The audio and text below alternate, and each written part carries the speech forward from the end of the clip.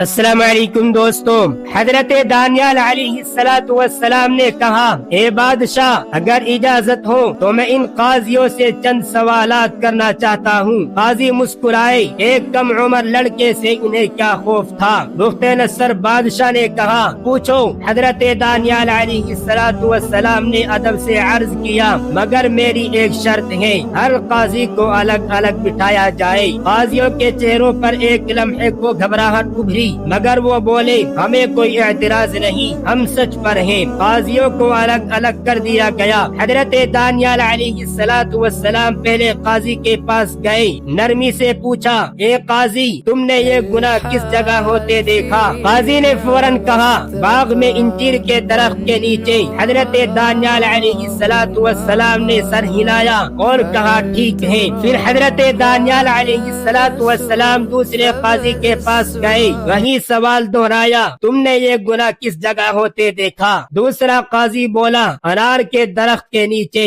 ایک لمحے کے لیے پورے ایوان میں سناٹا چھا گیا، لوگوں نے ایک دوسرے کی طرف دیکھا۔ حضرت دانیال علیہ السلام بلند آواز میں بولے، اے بادشاہ، اگر یہ سچا ہوتا تو گواہی ایک ہوتی۔ پھر قاضیوں کی طرف دیکھ کر فرمایا، تم نے اللہ تبارک و تعالیٰ کے نام پر جھوٹ بولا ہے۔ مجمع میں شور مچ گیا، یہ جھوٹے ہیں، اللہ اکبر، عدل زندہ باد۔ یوشا کی بیوی حنا کی آنکھوں سے آنسو بہنے لگے، یہ آنسو ذلت کے نہیں، نجات کے تھے۔ دوستو، بادشاہ بخت نصر کا چہرہ سرخ ہو گیا، وہ غصے میں بولا، تم نے قاضی کی کرسی کو گناہ کا ذریعہ بنایا۔ قاضی کانپنے لگے۔ بخت نصر بادشاہ نے حکم دیا، دانیال، مزید سوال کرو۔ حضرت دانیال علیہ السلام نے کہا، اے قاضی، یہ بتاؤ یہ واقعہ کس وقت ہوا؟ ایک بولا دوپہر کو، دوسرا بولا شام کو، یہ آخری کیل تھی۔ دوستو، بادشاہ بخت نصر کھڑا ہو گیا، یہ دونوں جھوٹے، بدکار اور ظالم ہیں۔ بادشاہ بخت نصر نے اعلان کیا، ان دونوں کو وہی سزا دی جائے جو یہ ایک پاک دامن عورت کو دلوانا چاہتے تھے۔ یوشا کی بیوی حنا سجدے میں گر گئی، اے میرے رب، تو نے مجھے بچا لیا۔ یوشا کی آنکھیں بھر آئی، اس نے حضرت دانیال علیہ السلام کو سینے سے لگا لیا۔ بادشاہ بخت نصر نے پوچھا،